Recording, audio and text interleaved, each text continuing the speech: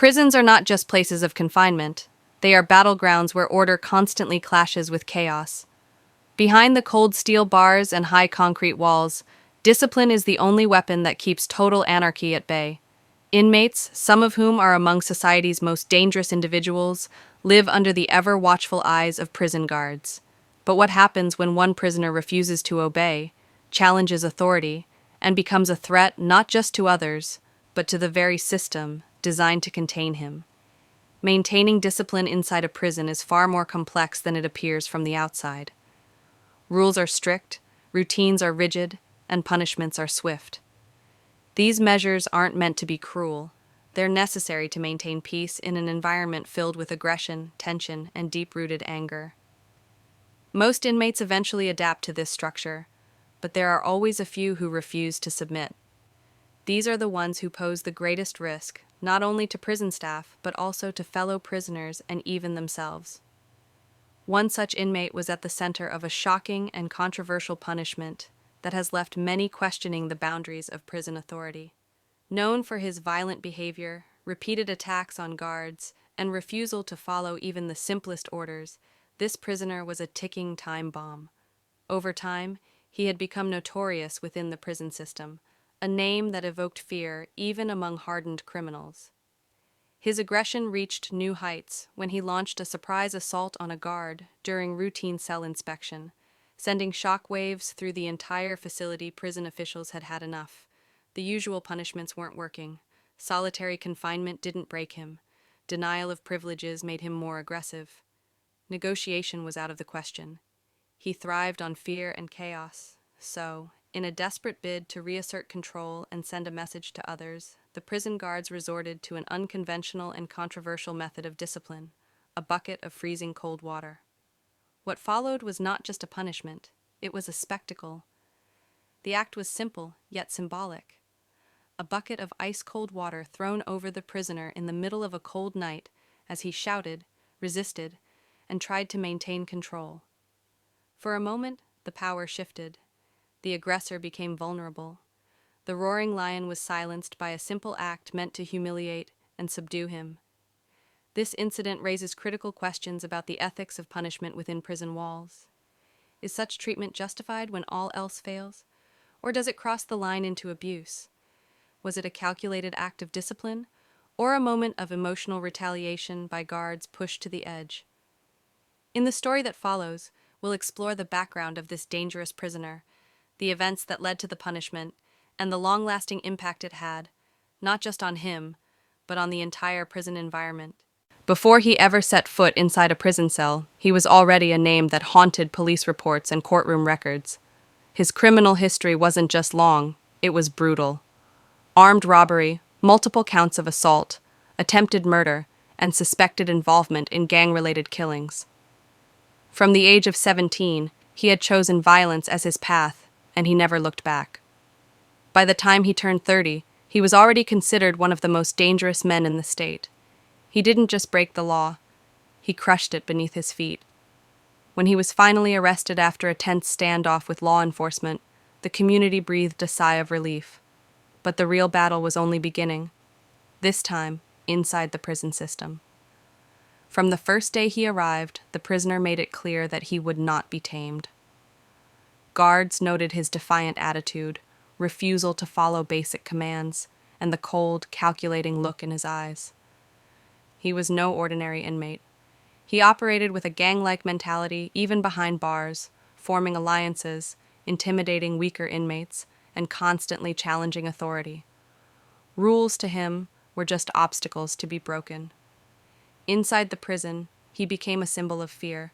He attacked fellow inmates for the smallest reasons, sometimes for simply looking at him the wrong way. There were multiple incidents where he was found with makeshift weapons, including shanks made from sharpened metal scraps. He once stabbed an inmate in the showers over a debt worth less than $10. Another time, he knocked a guard unconscious after being denied access to the yard. But it wasn't just the violence that made him dangerous. It was his unpredictability. He could be silent and withdrawn for weeks, then explode in a violent rage without warning. Guards tried transferring him to different blocks. isolating him in solitary confinement, even offering counseling sessions. Nothing worked. He thrived in chaos. The more the system tried to suppress him, the more he resisted. His conflicts with prison staff grew more intense with time. He spat on officers, flooded his cell repeatedly, and once managed to start a small fire using contraband items. Staff members began refusing to enter his cell without riot gear. Some guards requested transfers just to avoid dealing with him. Even seasoned officers admitted they had never encountered a prisoner like him, someone who seemed immune to fear, consequence, or control. Despite the high security measures surrounding him, the prisoner remained a constant threat. He had become a virus inside the system, infecting the atmosphere with tension, fear, and violence. The wardens knew that it was only a matter of time before he did something that forced their hand completely. And then, one day, it happened. A violent attack on a senior guard that left the entire facility in shock. That was the breaking point, the spark that led to the infamous punishment with the bucket of freezing water. But to understand why the guards resorted to such an act, you have to understand the man behind the bars, the monster they were trying to control. It was just past midnight when the silence of the maximum security wing was shattered. A blood-curdling scream echoed through the halls, followed by the heavy thud of boots rushing toward cell 23. The guards already knew the source. It was him again. The prisoner with a violent history, a man whose very presence demanded vigilance. But what they found that night would push the boundaries of prison protocol. Earlier that evening, during routine cell inspections, the prisoner had refused to come to the bars. When the guards entered his cell, he suddenly lunged at one of them with a sharp metal object, likely crafted from a piece of broken bed frame. The attack was quick and vicious. The guard, a senior officer with over a decade of experience, was stabbed in the shoulder and fell hard to the floor. Backup arrived just in time to prevent further bloodshed. The prisoner was subdued, handcuffed, and returned to his cell after medical staff treated the wounded guard. Most inmates would be thrown into solitary confinement after an attack like that, but this man had already spent weeks in isolation before. It had done nothing. The cycle of violence continued, and the guards were reaching their breaking point. That night, after the emergency had settled, a small group of officers decided it was time to send a message. They waited until the prison had gone quiet, the lights dimmed, and most inmates were asleep. Then they returned to his cell, with a bucket of freezing cold water in hand. The punishment wasn't part of any official disciplinary procedure. It wasn't recorded, nor was it sanctioned by higher authorities. But in the minds of those guards, it was a necessary act, an attempt to humiliate, to provoke discomfort, to reclaim some control over the uncontrollable. Without a word, they opened the cell door. The prisoner sat at the back, smirking in the shadows, almost daring them to try something. And then, without hesitation, one of the guards stepped forward and hurled the icy water straight at him. It hit like a wave, drenching him from head to toe. His body tensed and his expression twisted from arrogance to rage in an instant. But the water wasn't just cold, it was humiliating. It stripped away the image of invincibility he had built inside those walls. For a moment, he looked less like a monster and more like a man, shivering, coughing, trying to maintain his pride as his cell turned into a freezing mess. The guards stood silently for a few seconds, watching him.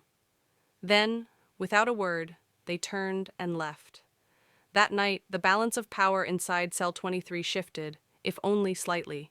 The prisoner screamed, cursed, and threw things against the walls, but there was something different in his voice, less anger, more confusion, more frustration. The bucket of water didn't break him, but it reminded him, maybe for the first time, that even monsters can feel cold. The impact of the punishment extended far beyond the cold sting of water. Physically, the prisoner recovered quickly. His body, hardened by years of violence and survival, could withstand far worse. But the real damage wasn't to his skin, it was to his mind. The bucket of freezing water wasn't meant to injure, it was meant to humiliate, to strip away the illusion of control he had carefully built over time. And in that regard, it struck its target with chilling precision. In the days that followed, something changed in his behavior. He no longer shouted threats at passing guards. He didn't glare at fellow inmates the same way. The predator-like confidence he once carried seemed slightly shaken. For the first time in years, he had been caught off guard, not with fists or weapons, but with humiliation. The psychological effect was subtle, but undeniable. He had lost a battle, not with strength, but with pride. Fellow inmates noticed the shift almost immediately. In the prison hierarchy, dominance matters. The toughest inmates rule through fear, and any sign of weakness can cause a ripple effect. When word spread about what had happened in cell 23, it changed the atmosphere. Inmates who once feared him began to whisper, some even smirked when he passed by. The myth of his invincibility had been cracked, not shattered, but dented enough to be noticed. The guards, too, walked with a little more confidence after that night. They had sent a message not just to him, but to every troublemaker in the block. No one is above discipline. It boosted morale among officers who had long felt powerless against a man who defied every rule. For a while, tensions eased. Incidents of violence dropped. Even if the punishment wasn't standard procedure, its psychological impact was undeniable. But not everyone approved. When the incident eventually came to light, leaked by a sympathetic inmate who believed it crossed the line, it sparked outrage among prison rights activists. Human rights organizations condemned the act, calling it a form of cruel and degrading treatment. They argued that prisons are meant for rehabilitation, not humiliation. Some compared the punishment to psychological torture, especially since it was carried out unofficially, and without oversight, prison authorities were forced to respond. An internal investigation was launched, and the guards involved were temporarily suspended pending review. The warden, under pressure, issued a vague statement defending the need for order, while promising to uphold ethical standards. The controversy raised serious questions. Should guards be allowed to punish inmates using unofficial methods if traditional discipline fails? Where is the line between creative control and abuse? And more importantly, what happens when prisons become arenas for revenge, not reform? The punishment with the bucket of water may have quieted one of the prison's most dangerous men, but it also opened a door to ethical and legal dilemmas that couldn't be ignored. It reminded everyone that power, when misused, even for good intentions, can come at a cost. The incident with the bucket of freezing water was more than just a moment of discipline. It became a symbol of everything complex and conflicting about the prison system. On the surface, it seemed like a creative, non-lethal way to deal with a violent and unmanageable prisoner. But beneath that surface lay a troubling ethical dilemma. Was this act of punishment effective justice, or a thinly veiled form of abuse? In terms of results, some might argue the punishment was successful. It broke the prisoner's pattern of defiance, shook his psychological hold on others, and restored a sense of authority among guards. The atmosphere in the prison shifted. Violence decreased. The fear that once gripped staff and inmates alike began to ease. But those short-term effects don't answer the bigger question: at what cost? The punishment, carried out unofficially and without oversight, crossed a dangerous line. Prisons are institutions governed by law, procedure, and human rights. Once that structure is undermined by spontaneous acts of retaliation or humiliation, the system itself begins to erode. It sets a precedent that rules can be bent when emotions run high, a dangerous mindset in a place already built on tension and aggression. There's a fine line between discipline and cruelty. Discipline is about maintaining order through structure, fairness, and respect for rules. Cruelty, even if masked as discipline, is about domination, revenge, or emotional punishment. The bucket of water may seem harmless compared to the prisoner's own violent acts, but its intention, to humiliate rather than reform, leans dangerously toward the latter. This incident forces us to examine deeper flaws within the prison system. Why did the guards feel they had no other option? Why did traditional punishments fail to control one man? And what does it say about a system that cannot rehabilitate its most violent individuals, but instead resorts to humiliation as a last resort?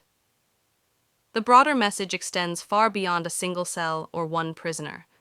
It asks society to reconsider what prisons are truly for. Are they places to punish, to reform, or simply to hide away those we fear? If we justify unethical behavior inside prisons simply because the targets are criminals, we risk becoming part of the same cycle of violence we claim to oppose. Reform must begin not just with inmates, but with the systems and people responsible for them. Guards need better training in de escalation, psychological support, and non-violent disciplinary strategies. Oversight and accountability must be present even in the darkest corners of the prison system. In the end, the bucket of water was a moment that revealed more about the system than it did about the prisoner. It showed a crack in the wall, not of the prison itself, but of our collective conscience.